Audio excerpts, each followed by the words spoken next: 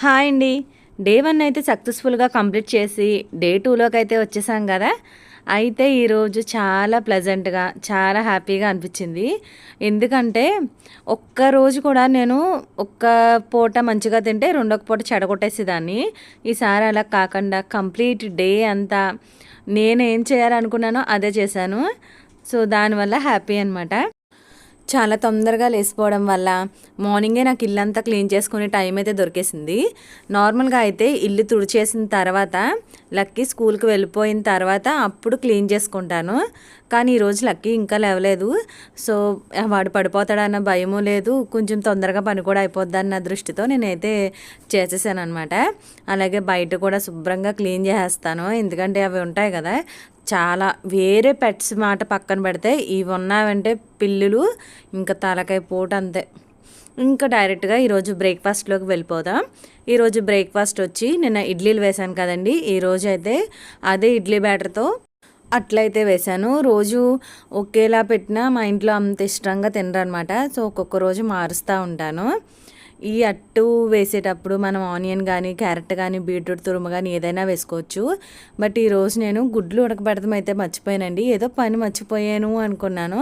So అందుకని చెప్పి ముందు ఓతప్పం వేద్దామని వేసి మళ్ళీ దీంట్లో గుడ్లు అయితే వేసాను. సో అలా బ్యాలెన్స్ చేసేయచ్చు కదా మనం డైలీ తీసుకోవాల్సిన ప్రోటీన్ని. ఇలా అయితే సెట్ చేశాను. బట్ ఉడకబెట్టిన గుడ్లు అయితేనే బెటర్, ఎందుకంటే నైట్ అంతా మన బాడీ ఫాస్ట్లో ఉంటుంది. సో మనం స్లీపింగ్ మెకానిజంలో ఉన్న మన బాడీ దాని పని అది చేసుకుంటానే వెళ్తుంది. సో ఎక్కువసేపు మనం దాన్ని స్ట్రెస్ ఇవ్వకూడదు అనమాట. సో మార్నింగ్ లైట్ ఫుడ్ ఏదైనా చక్కగా రాగి జావ కానీ, నట్స్ కానీ, ఓట్స్ కానీ, ఇంకా బెటర్ ఫ్రూట్స్ అయితే తీసుకోవచ్చు. బట్ మా హస్బెండ్ అలాంటివి ఏమీ కొంచెం ఇష్టపడరు కాబట్టి ఆయనకు కొంచెం టేస్టీగా, హెల్తీగా అన్నీ కలగలిపేసి ఇచ్చేస్తాను. ఇంకా ఇది నా బ్రేక్ఫాస్ట్ అనమాట. నేను తయారు చేసి పెట్టుకున్నాను కదండి ఓట్స్ బ్యాటర్, అది నిన్నటి వీడియోలో నేను క్లియర్గా చూపించాను. ఆ ఓట్స్ బ్యాటర్ నేను ఒక పక్క బ్రేక్ఫాస్ట్ ప్రిపేర్ చేసుకుంటానే మిగతా పనులు కూడా చేసేసుకుంటాను. ఎందుకంటే లక్కీ స్కూల్కి వెళ్ళాడు కాబట్టి 12 కల్లా నేను వాడికి బాక్స్ అయితే ఇచ్చేయాలి. అన్ని పనులు ఎక్కడ బ్రేక్ తీసుకోకుండా అన్నీ ఫాస్ట్గా ఎందుకు చేసుకుంటానంటే ఈవినింగ్ వచ్చిన తర్వాత నేను మ్యాక్సిమం టైము లక్కీతోనే స్పెండ్ చేస్తానండి. వాడిని చదివించడానికైనా, వాడిని ఆడించడానికైనా, మ్యాక్సిమం వాడి మాటలు వినడానికైనా మనకు ఖాళీ ఉండాలి. కాబట్టి మనకి ఈవినింగ్ అనేది మా ఇంట్లో అయితే కుకింగ్ ప్రాసెస్ అనేది ఏమీ ఉండదు. ఎప్పుడైనా పాలు, ఎప్పుడైనా టిఫిన్, రోజు పాలు, ఎప్పుడైనా టిఫిన్, మ్యాక్సిమం ఫ్రూట్స్, ఇంకింతే. నిన్నటి వీడియోలో నేను పెసలు నానబెట్టడం చూపించానే కానీ అవి మొలకలు వచ్చినాయి నేను చూపించలేదు కదండి. ఎందుకంటే నిన్న రాలేదు అవి. నిన్న అంతా కూడా నేను హోల్ చేసి చక్కగా కార్నర్లో అయితే ప్లేస్ చేస్తాను. ఇవి ఇంత చక్కగా వచ్చాయంటే నిజంగా నేనే నమ్మలేకపోయాను.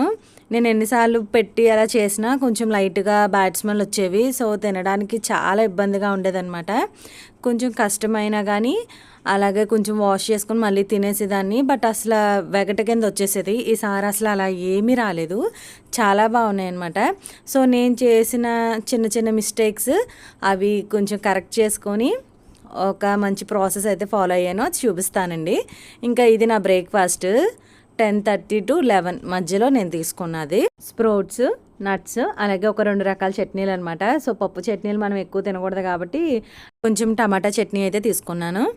అయితే ఒక నైట్ అంతా నానబెట్టిన ఈ పెసరపప్పుని ఒక క్లాత్ మీద వేసి ఆ క్లాత్కి మొత్తం తడంతా పీల్చుకున్న తర్వాత కొంచెం తడి, ఎలా అంటే ఇప్పుడు నా చేతికి అంటుకున్నంత తడి ఉంటే సరిపోతుందండి. అది తీసుకొని ఇంకొక వెట్ క్లాత్ మీద వేసుకొని, డ్రై క్లాత్ మీద వేసుకొని కొంచెం చక్కగా ఇలాగా స్ప్రెడ్ చేస్తానమాట. లాస్ట్ టైం నేను ఏం చేసేదాన్ని అంటే ఇలా గుప్పుడు కింద ఉంచేసి క్లాత్ వేసేదాన్ని. సో స్మెల్ వచ్చేవి. ఇప్పుడైతే ఇలా నీట్గా స్ప్రెడ్ చేసి దాన్ని చక్కగా 4 వైపులా ఫోల్డ్ చేసి ఈ గిన్నెలో, మనం పెట్టే గిన్నెలో కూడా తడైతే ఉండకూడదు. ఆ తడి లేకుండా చక్కగా ఫోల్డ్ చేసి ఎక్కడైనా ఒక కార్నర్లో పెట్టేసుకుంటే చాలా బెటర్ అనమాట.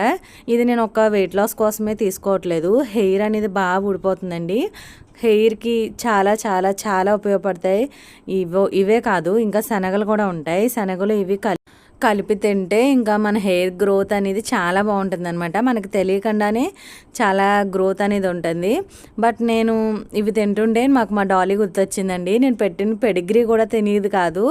మా హస్బెండ్ జిమ్కి వెళ్ళి రాగానే ఫస్ట్ స్ప్రౌట్సే తినేవారు అనమాట. అందులో ఇంక శనగలు కూడా కలిపిచ్చేదాన్ని. అప్పుడు బెల్లం వేసి కొంచెం లైట్‌గా చిన్న బెల్లం తీసుకునేవారు.